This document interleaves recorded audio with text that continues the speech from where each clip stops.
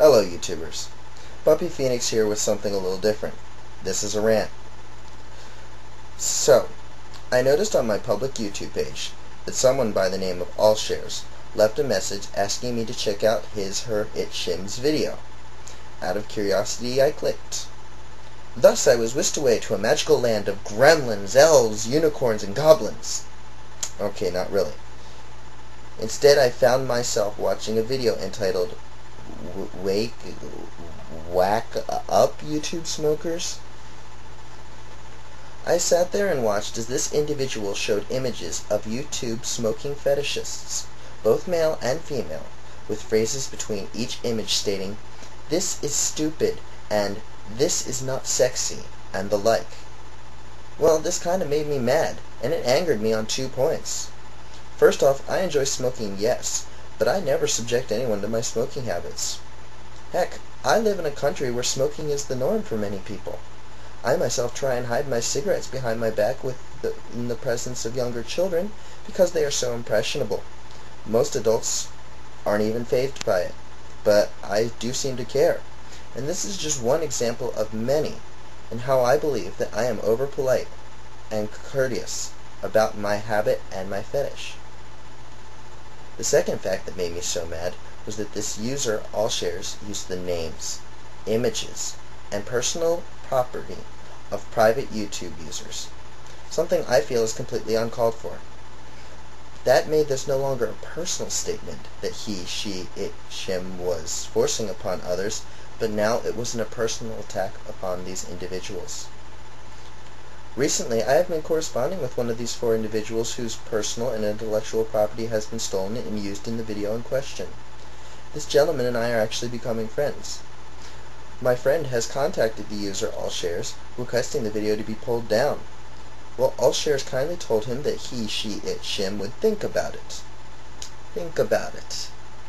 So, despite the actual owner of the property which AllShares stole politely asking AllShares to remove the video from YouTube, he, she, it, shim has denied to remove it.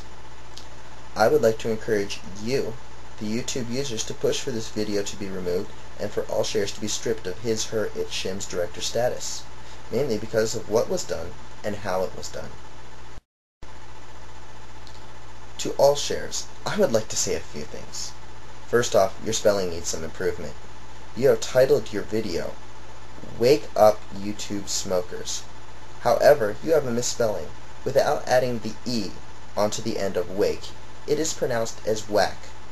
Without that E, the A is pronounced in its pure vowel form, ah, and not the hard A sound. So you're telling us to whack, which is slang for masturbation.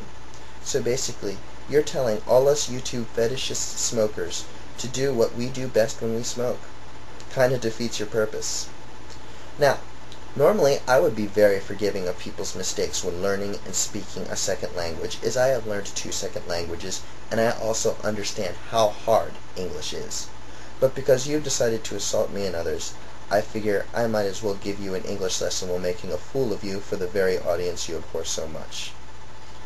Now, you stated in your response to another fetish smoker friend of mine, any grown man knows that doing something like that will indeed hurt him. You're killing yourself by doing it as a fetish also. So, a smoker can't quit because it's hard, but you smoke because you want to. I mean, come on, wake up. Can I just point out here that yes, you did spell wake correctly here. So do you not edit and check things before you post them? I know if I didn't read my 42-page thesis paper and edit it a couple dozen times, I would have been screwed. Try it sometimes. It makes you look smarter. Yes, it is very true that smoking can be harmful to one's health. However, people choose to do it. Any man, woman, and child knows that smoking carries risks, yet we still choose to do it. Why? For various reasons, from pleasure to relaxation. Clinical studies even show that people who smoke are less likely to have Alzheimer's disease and Parkinson's disease when they get older. One could argue on that fact alone that maybe smoking isn't that bad. People choose to take risks every day. I make decisions that could be hazardous to my health every day. Everyone does.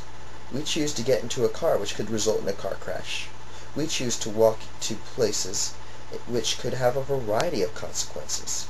We could be run over by a car, attacked by another human being or an animal, fall subject to inclement weather, and the like.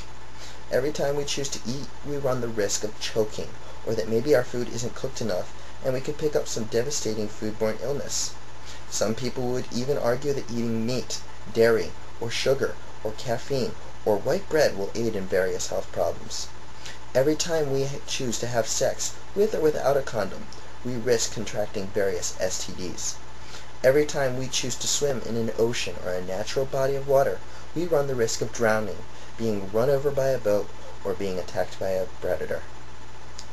A friend of my father's was an avid bicyclist. He was entirely in the ideal of staying fit in order to live to be 100, but at 42 years old he was hit by a car while bicycling and killed, simply by doing what he loves best and leaving a widow and 3 children, all in the pursuit of being fit. A young woman who worked in my line of business was killed in a client's home earlier this year. The poor thing was strangled to death at age 22, here in Japan, one of the world's safest countries. She showed up to do her normal routine and instead was strangled to death and dumped in a bathtub full of sand. So with your line of thought, all shares, I guess that means that we can no longer drive, walk, eat, have sex, do leisurely activities, or work.